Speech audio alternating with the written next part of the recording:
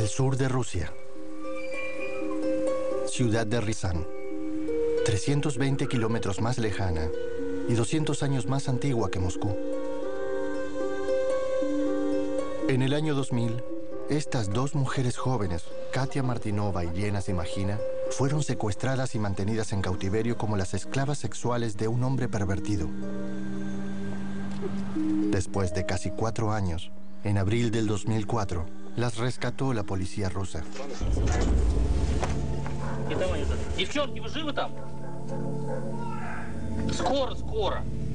Las dos mujeres que encontraron aquí sufrieron durante años las violaciones reiteradas de un operario de fábrica llamado Viktor Mokhov.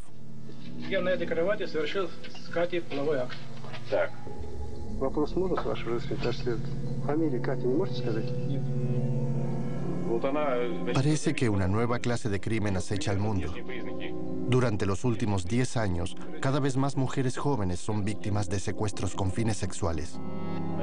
Algunas fueron asesinadas y otras, como Natasha Kampusch, sobrevivieron. En un hecho más reciente y horroroso, Joseph Fritzl mantuvo cautiva como esclava sexual a su propia hija, y hoy ella y los niños que dio a luz durante el cautiverio viven otro encierro. Permanecen recluidos en este hospital por su salud y su seguridad, mientras la prensa mundial espera su eventual liberación. Aun cuando logran sobrevivir, las víctimas de estos crímenes raramente cuentan sus historias. Pero estas dos jóvenes decidieron romper el silencio. Esclavas sexuales. Hace 4 años, los periódicos rusos finalmente publicaron la historia escandalosa de sus propias esclavas sexuales secuestradas y sus niños nacidos en cautiverio. La policía irrumpió en un sótano de 2 metros por 3, construido especialmente debajo de una cochera en un jardín.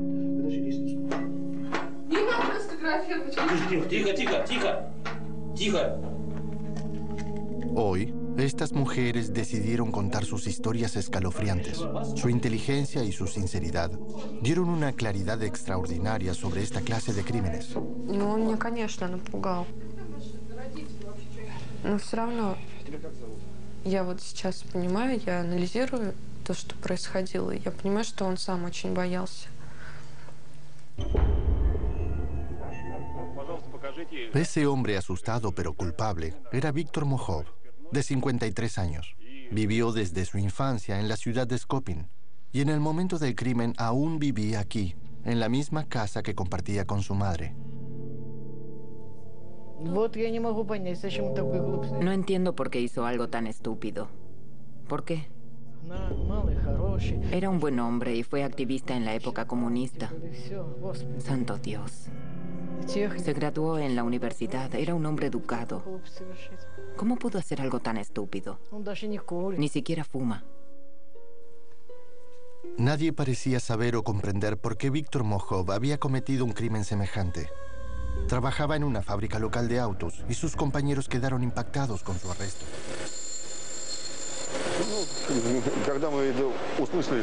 Cuando nos enteramos, no podíamos creerlo. No lo creíamos capaz de algo así. Todavía no lo creemos. Con respecto al trabajo, no tenemos nada malo que decir sobre él. Tenía manos de oro. ¿Es culpable? Seguro que sí, pero es difícil asumirlo por lo que nosotros conocíamos de él.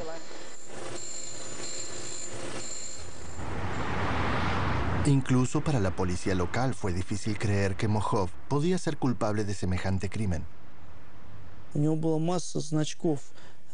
Mokhov tenía medallas de la época soviética.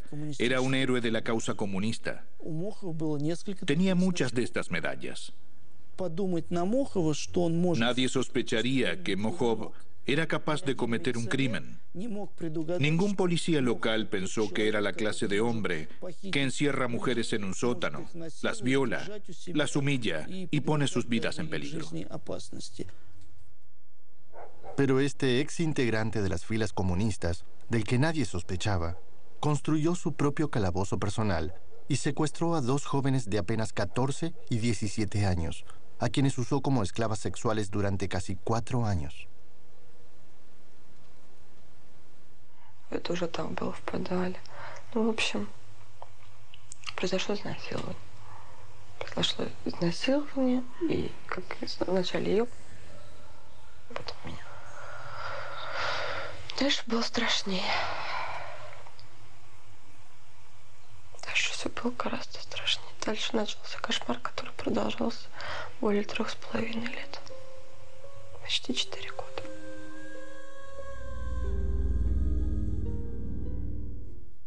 Dieser Mann hat aber in der Zwischenzeit Cuando se publicó la noticia sobre el caso de Josef Fritzl, hombres y mujeres de todo el mundo siguieron la revelación de esa terrible historia. En Rusia, 2 mujeres jóvenes veían las noticias, tal vez con más comprensión que los demás. Katia Martinova y Liena Simagina saben muy bien lo que es ser víctimas de un secuestro sexual. Ellas fueron esclavas sexuales secuestradas en un sótano subterráneo durante casi 4 años. El hombre que las secuestró era un operario de fábrica de 53 años llamado Viktor Mojov. En la época del crimen, él aún vivía con su madre, quien tenía poco registro de sus relaciones con mujeres. Les tenía miedo. Miedo a las mujeres. No era ningún galán. Y cuando lograba salir con alguna, siempre lo abandonaba. Para resolver sus problemas, Mojov eligió una solución monstruosa y, a pesar de vivir en un vecindario con vecinos atentos, construyó un sótano debajo de su cochera en el jardín. Hecho de acero reforzado y cemento, el sótano tenía una entrada oculta, 2 pisos y medio y puertas fuertemente selladas. En el nivel inferior había un cuarto de 2 metros por 3, donde instaló camas superpuestas, estantes, una cocina, un fregadero y un televisor. Lo único que le faltaba era capturar a los especímenes que mantendría encerrados. Las imágenes del sótano en la casa de Fritzl despertaron recuerdos dolorosos para Katia y Liena. Es aterrador. Nadie puede sentirse seguro, nunca. En este mundo, hasta los vecinos más conocidos pueden resultar ser como ellos. Es muy aterrador. Los hombres con problemas como los de Víctor no parecen ser precisamente casos aislados. Y aunque solo algunos de ellos pueden ser tan sexualmente enfermos como para buscar una solución como la de Víctor, el temor general es que la experiencia de Katia y Liena sea parte de una ola delictiva oculta. Podría haber cientos o miles de mujeres jóvenes sufriendo un cautiverio horrible, mientras las fuerzas policiales se dan por vencidas en sus búsquedas a largo plazo. Estoy totalmente segura de que hay otras personas en la misma situación que la nuestra, en sótanos. No solo en Rusia, sino también en otros países.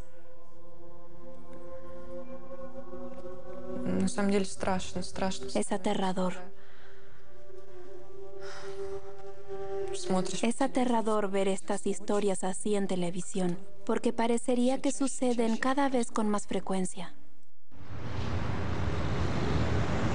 La terrible historia de Katia y Liena empezó en septiembre del año 2000, cuando la ciudad de Rizán, que ya no era comunista, reemplazó su festival religioso ortodoxo de fe, esperanza y amor por una celebración más secular. Una fiesta callejera multitudinaria y discoteca al aire libre. Sería el evento del año.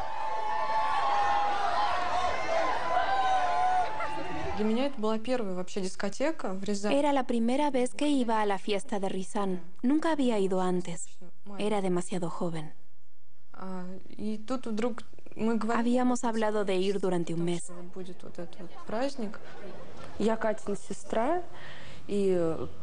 Soy la hermana de Katia. Había una fiesta callejera en la ciudad y se suponía que yo iría con Katia. Pero yo no quería ir. así que le pedí a mi amiga Lena que la llevara.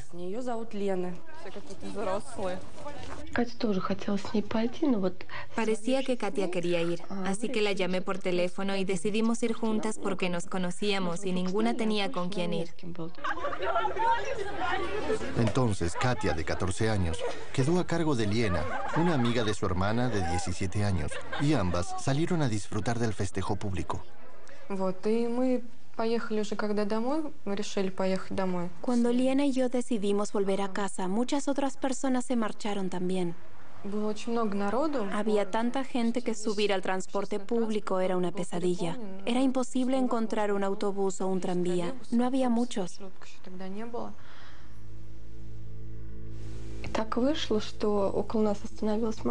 Un auto se detuvo junto a nosotras, aunque no estábamos pidiendo aventón, solo estábamos esperando el autobús.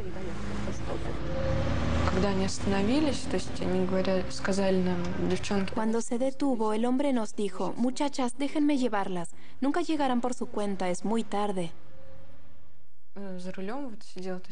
El hombre al volante parecía normal. No había nada sospechoso en él. No pensamos que tuviera algo extraño. No parecía un maniático o algo así. Era un hombre adulto común. Así que subimos al auto y nos fuimos. Aceptar un aventón de un desconocido es algo común en Rusia. Durante muchos años, los propietarios de autos en la Unión Soviética estaban obligados a trasladar a los peatones. Y esa era una forma común de viajar a la ciudad, perfectamente segura y perfectamente normal.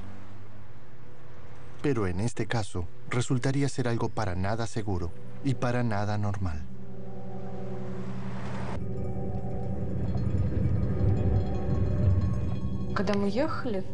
Mientras viajábamos, nos ofreció un trago de vodka para brindar por el evento.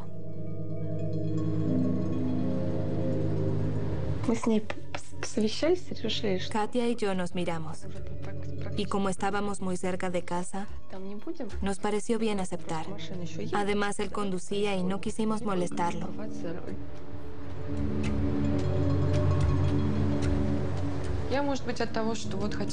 Creo que acepté el trago porque quería sentirme adulta. Estaba con una amiga más grande y yo era una niña. Quería ser como ella.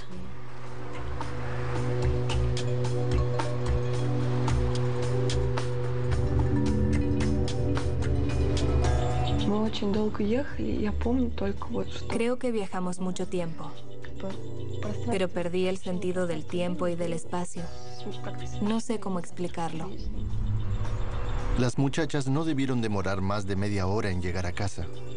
Pero Víctor Mojov había mezclado el alcohol con fenazepam, así que ellas no notaron que recorrieron más de 90 kilómetros. Al final de la carretera, entraron en un camino privado.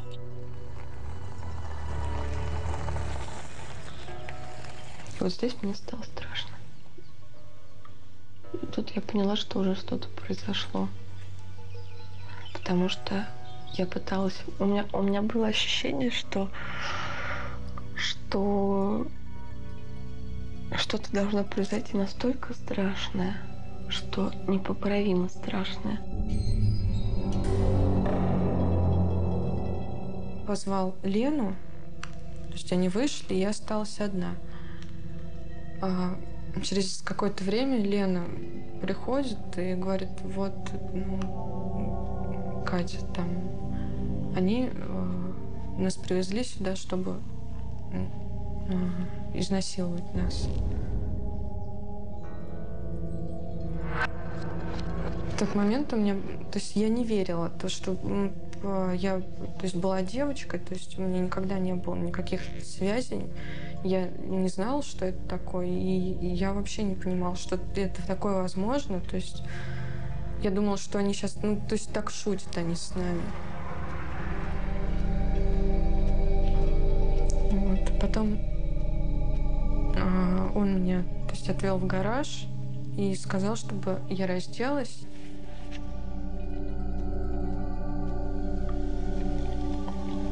Произошло изнасилование.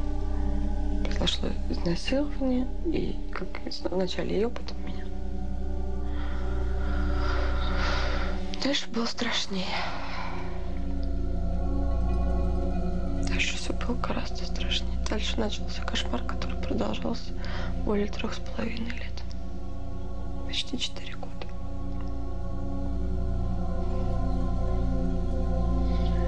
Мохов меня изнасиловал и отвел, то есть, в этот подвал. Он меня там закрыл, я осталась одна.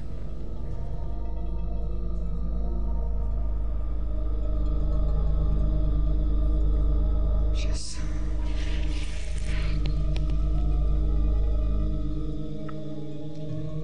Сейчас. Ну, я, конечно, начала плакать. Кати не было. Я спускалась туда, чтобы забрать Катю. На самом деле забрать ее. Она спала, она была в невменяемом состоянии. Вообще. Я не могла ее одеть. Пока я ее одевала, все двери закрылись. Их было там 3. И все.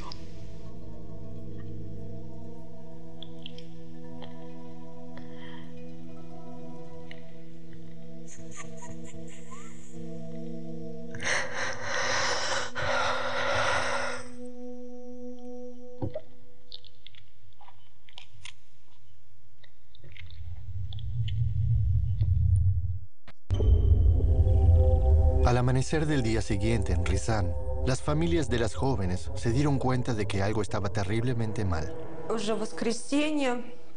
Era domingo y las chicas no habían vuelto a casa. Fuimos a la policía y reportamos formalmente su desaparición.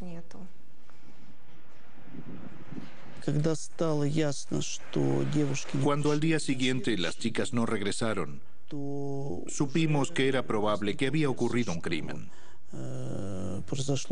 Pero debíamos determinar exactamente qué clase de crimen era.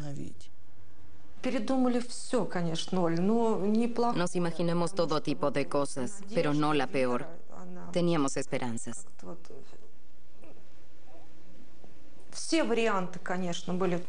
Tratamos de imaginar todas las situaciones posibles, pero nunca pensamos lo peor. No queríamos hacerlo. Generalmente, cuando se secuestra a una joven para violarla, termina muerta. Y más en este caso, porque una de las chicas tenía solo 14 años y los criminales conocían bien las consecuencias de ese tipo de crimen. En la cárcel, los otros prisioneros los odiarían. Entonces, para cubrirse, suelen matar a las víctimas.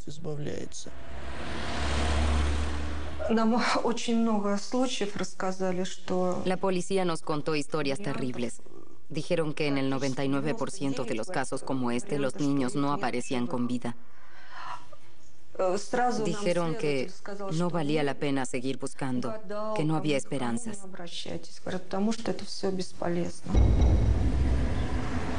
Para la familia, la pesadilla de no saber dónde estaban sus hijas continuaría. Pero para Katia y Liena, la pesadilla era más que real y recién comenzaba.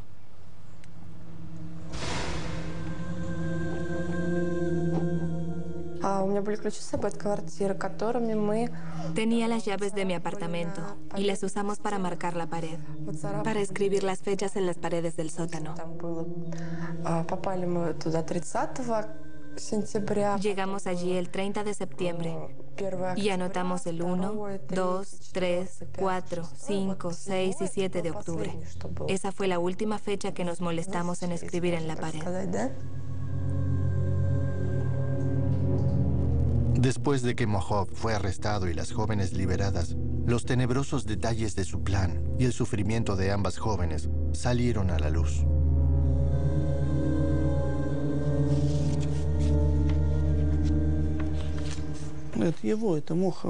Todas estas cosas pertenecían a Mohov.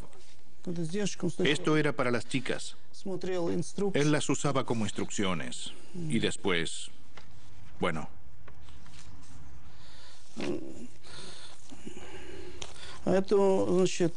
Le encantaba ver imágenes de ropa interior femenina. Durante el interrogatorio, trató de decirnos que quería comprarles algo a las chicas, que quería comprarles ropa, pero en realidad estaba obsesionado con el tema. La primera sección del sótano estaba cubierta con fotografías sexuales. Esa primera sección era una zona pequeña, justo a la entrada de la celda principal, diseñada por Mojov para tener relaciones sexuales con sus víctimas.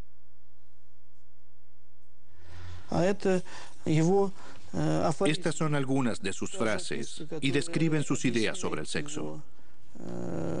Dice, los animales más viejos, como los perros y los gatos, rejuvenecen cuando tienen sexo con animales más jóvenes, y eso también sucede con los humanos. La gran pregunta era cómo conseguía obligar a las jóvenes por separado a que abandonaran la relativa seguridad del sótano y accedieran a su laboratorio sexual.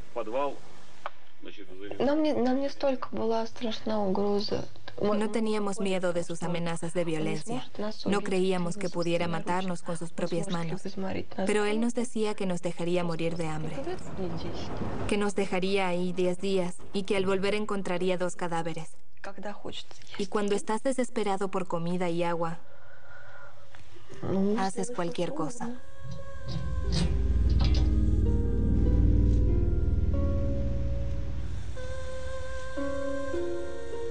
La verdad sobre cómo Mojov manipulaba a sus víctimas se descubrió cuando la policía las rescató en el año 2004.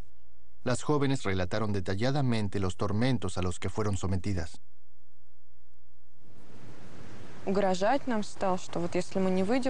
Siempre nos amenazaba para tener sexo. Decía que si Liena o yo no íbamos con él, apagaría la luz y bloquearía la ventilación. Así que teníamos que estar con él. Así lo hacía. Más tarde se convirtió en un intercambio. Nos daba luz y comida y nosotras teníamos sexo con él. Las relaciones sexuales ocurrían en la sala más pequeña, junto al cuarto principal en el que las jóvenes estaban obligadas a vivir. En ese cuarto había camas superpuestas, un televisor, un fregadero y una cocina. El baño era simplemente una cubeta con una tapa. Como en todos los encierros, el tiempo era el peor enemigo. Todo empezó a parecer igual. Después de 18 meses era todo igual. Al principio todo era nuevo, algo nuevo cada día. Al final ya no. Todo era una rutina. Traté de entretenerme con la lectura. Encontré un libro para aprender inglés. Él nos trajo algunos libros para usar como papel higiénico. Empecé a estudiar inglés con ese libro. A veces nos traía revistas y yo me entretenía con los crucigramas. Y más tarde empecé a inventar mis propios crucigramas. Asombrosamente, Katia comenzó a hacer una serie de pinturas. Esas imágenes ofrecían una visión extraordinaria de su estado de ánimo.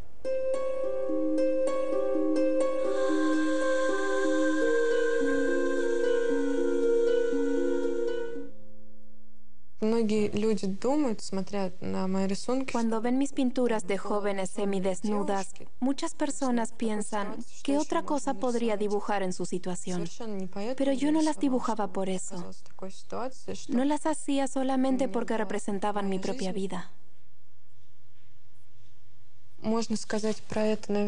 Tal vez quería decir que no siempre un cuerpo desnudo implica sexo violento.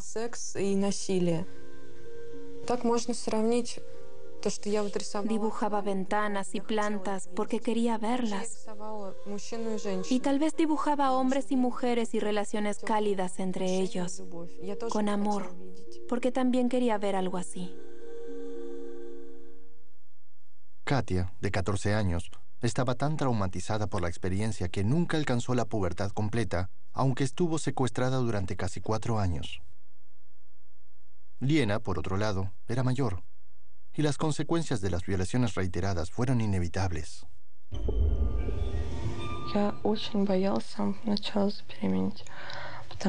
Desde el principio tuve miedo de quedar embarazada, porque él no se cuidaba.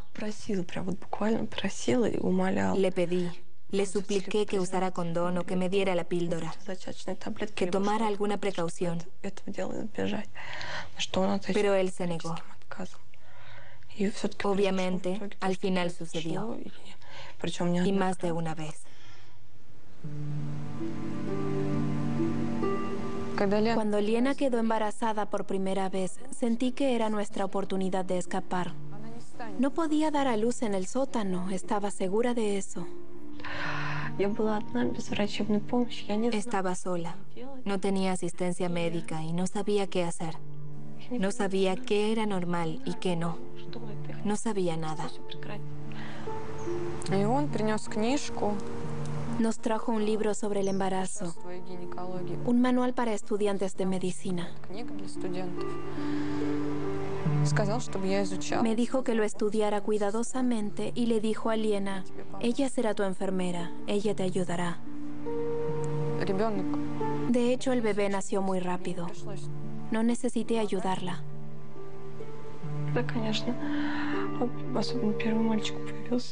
Di a luz a un varón. No sé si Katia recuerda que me dijo, es bonito, y yo le respondí, no, por el amor de Dios, llévatelo. Ni siquiera me lo muestres. De hecho, Mohov se llevó al bebé casi de inmediato. Pero al poco tiempo, Liena quedó embarazada otra vez, y en esta ocasión conservó al niño. Pero después de 4 meses en el sótano, el bebé se enfermó gravemente, y eso tal vez representaba una oportunidad para escapar. Le pidieron a Mohov que llevara al niño a un médico, pero antes de entregárselo, escondieron varios mensajes entre las ropas del bebé. Pensamos que tal vez Mohov encontraría uno de los mensajes, pero no todos. De todas formas se lo llevó y regresó al día siguiente y nos dijo, no soy tan tonto, no lo llevé con la misma ropa con que me lo dieron. Obviamente lo cambió de ropa y lo dejó en algún lugar. Mohov no llevó al niño al hospital. Igual que como hizo con el primer bebé, lo dejó abandonado en la puerta de una casa en Skopin. Después de su liberación, Liena descubrió que los bebés que dio a luz ya habían sido adoptados.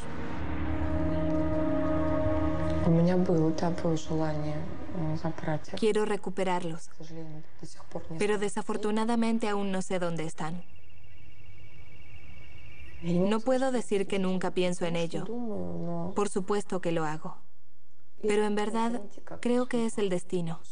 Es el destino. En la primavera del 2003, cuando Mohov se llevó al segundo niño, Liena y Katia vivían en el sótano desde hacía más de 2 años. Sabían que para que las rescataran, debían encontrar la forma de dar a conocer dónde estaban. Pero para hacerlo, necesitaban que Mohov bajara la guardia. Teníamos un plan. Tratamos de hacerle creer que ya no nos resistiríamos. La idea era hacer que se relajara y usarlo a nuestro favor. Traté de convencerlo de que no haría nada para rechazarlo. Le demostré que sabía que era más fuerte que yo. Katia logró hacerlo cambiar de actitud. Se las arregló para que finalmente confiara un poco en ella.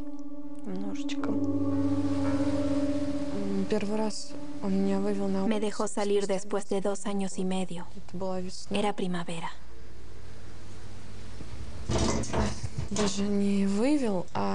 Al principio no me dejó salir, pero me dejó ver hacia afuera por la puerta de metal. No estaba parada afuera, seguía adentro, pero al menos podía ver el exterior.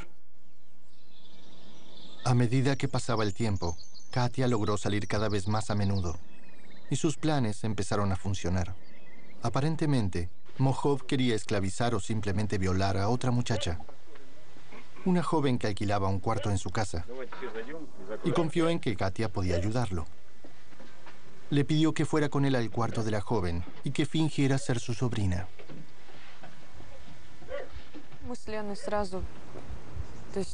Liena y yo nos dimos cuenta de que era nuestra oportunidad. Era una posibilidad real de escapar. Escribimos una nota. Debía ser pequeña, pero a la vez debía contener mucha información. En principio pusimos nuestros nombres, nuestras direcciones, el lugar donde estábamos y cuándo desaparecimos. Y pedimos ayuda.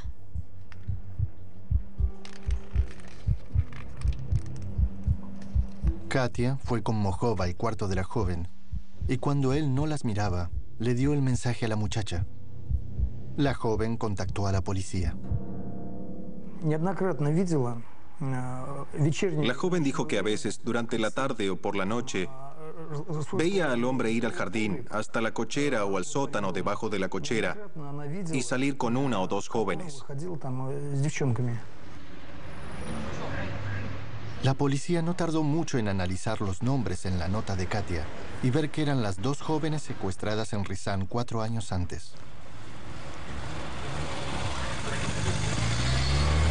El 4 de mayo del 2004, la policía finalmente encontró a Katia y Liena. Se acercaba el final de la pesadilla. La policía filmó todo el desarrollo del rescate. Девчонки, вы живы там? Скоро, скоро. Потерпите чуть-чуть.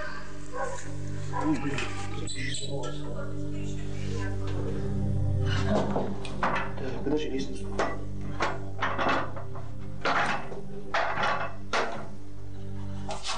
Так, пока не вылазит никому, девчонки. Не надо нас фотографировать. Тихо, тихо, тихо, тихо, тихо. Lo primero que hizo la policía fue verificar que las dos jóvenes encontradas eran las mismas que habían sido secuestradas 4 años antes. Тебя как зовут? Ща. Как беременна из вас? Мартынова Екатерина Валерьевна. Адрес. Да, обязательно. Энгельс 8, квартира 36. Bien entrada la noche, la policía llamó a sus padres para decirles que finalmente habían encontrado a sus hijas. 5:30 звонок по телефону. Она говорит, девочки нашлись.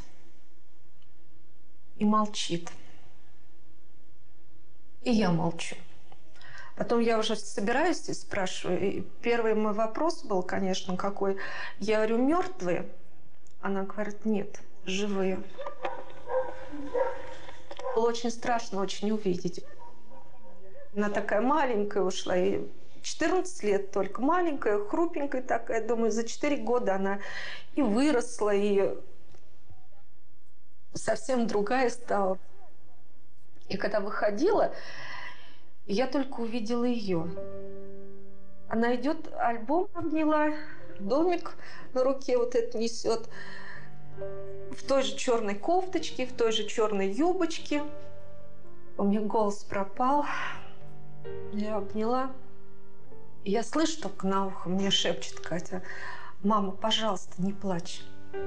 Я говорю, почему, дочка? Она говорит, столько слез было пролито. Я, говорит, не хочу больше. Я говорю, хорошо, дочка, не буду.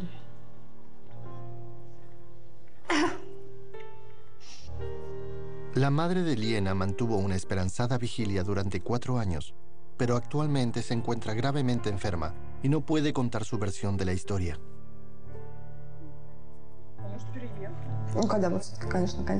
Cuando mis padres llegaron allí, mi mamá corrió a abrazarme y yo corrí hacia ella.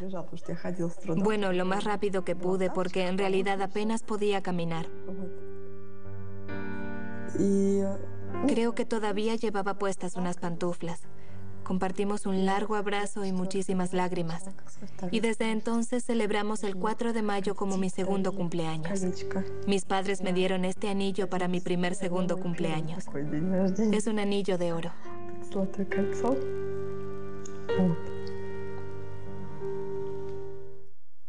Víctor Mojov fue a juicio. e intentó presentarse ante el jurado de la mejor forma posible. Yo estaba junto a Alexandra, la madre de Liena, y las chicas se escondieron detrás de nosotras. No querían verlo, y yo no quería que él las viera. Pero cuando le dieron la palabra, él se dirigió a ellas. Trató de demostrar lo bien que las trató.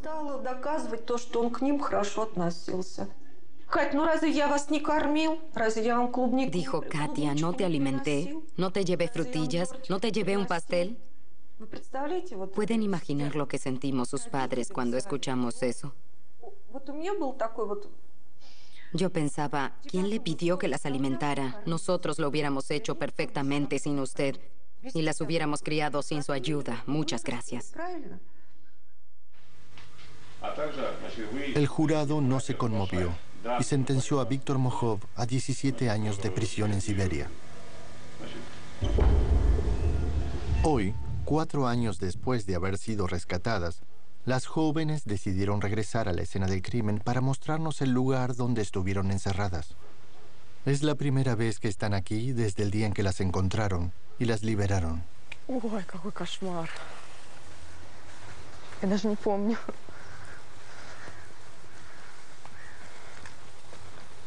Я помню, здесь стояли с милицией. С милицией, я помню, здесь стояли. Туда надо спускаться, точно. Ой. Pero entrar en el sótano significa enfrentar su peor pesadilla. Porque fue aquí donde ambas jóvenes fueron sometidas a un infierno de terror sexual que duró 3 años, 8 meses y 4 días. Звуки. Ой, я даже сюда не влезу, мне кажется.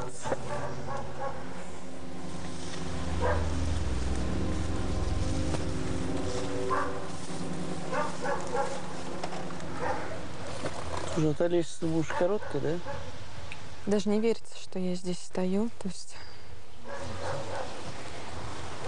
раньше, когда дома думала, не было вот так страшно.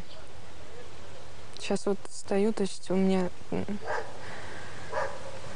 настолько хочется отсюда уйти, то есть всего этого не видеть, тем более, что там внутри. Не знаю, это очень тяжело. Ой, какой страх вообще. Ой, ужас какой. Ой, ужас. А там внизу видно что-нибудь? Ничего не видно. А вот дверь открыта видно. Хотя фонарь все-таки светит, он вот видно светит. Вот видишь, 2 кружочка светит. Смотри. Мы там чуть голос себе не сорвали. Но нас, естественно, не слышно. Ой. Потому что там шумоизоляция вообще капитальная. Ай-яй! Ой, фу, господи, какая гадость!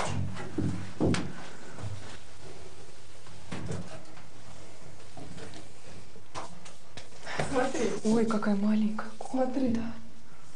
Что это не наша вещь? Что это лифчик?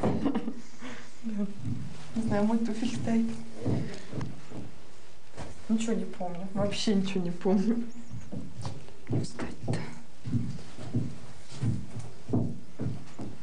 Я вот это, например, не узнаю Мадонну. Мадонну, я помню. Не было. Была. Была? Слышка. Краски мои. Персонажа нашего самого, в принципе, популярного, можно так сказать, мультфильма российского «Ну, погоди». Волк, заяц. Была просто белая стена. Нужно было ее как-то преобразить. Не знаю, почему этот рисунок выбрала. Да, холод здесь жуткий. Вот так вот бывало иногда холодно, когда дня 2-3 не было вентиляции и света.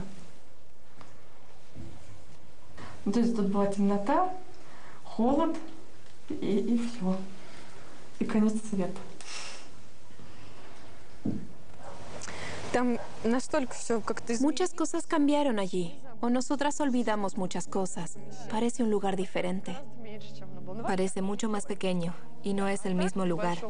No sentí nada de lo que esperaba sentir. Sí, tiene razón. Al principio tenía miedo de bajar. Tenía miedo de que estuviera lleno de malos recuerdos.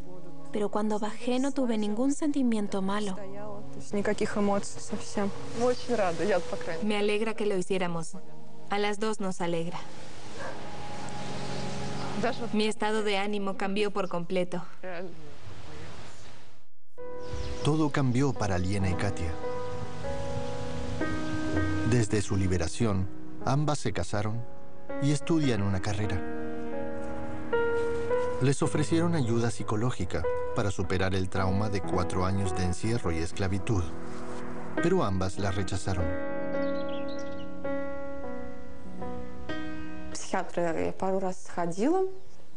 Fui al psiquiatra una vez y me recetó pastillas para dormir. Y en ese momento terminé mis visitas al psicólogo. Tuve una entrevista con un psicólogo y no me resultó muy útil.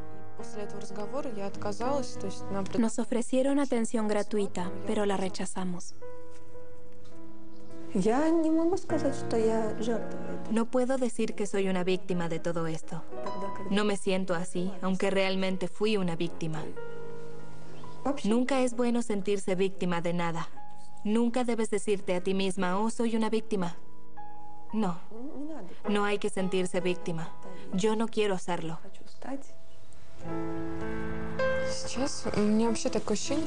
A veces siento como si le hubiera pasado a otra persona. Y cuando lo recuerdo, siento pena por esa niña y por lo que le pasó. No siento lástima por mí, sino por la Katia que estuvo allí. Siempre creí en mí misma y esa fe me ayudó. Sabía que en 1 año, o tal vez 2, volvería a ser una persona normal.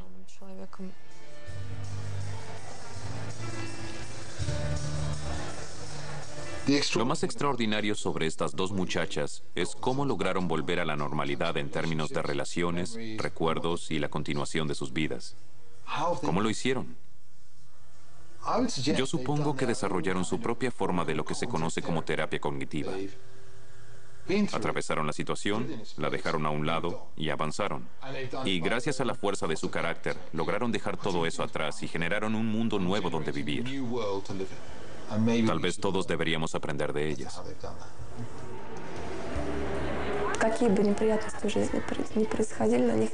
Sin importar las cosas terribles que sucedan, siempre hay que seguir adelante. De otra forma, la vida no tiene sentido. No vivimos por los momentos malos, sino por los momentos buenos que nos da la vida. Necesitamos vivir, aprender, trabajar, descansar y hacer todo lo que la vida nos permita hacer. Si no, no vivimos, solo existimos. Y yo no quiero solo existir, yo quiero vivir.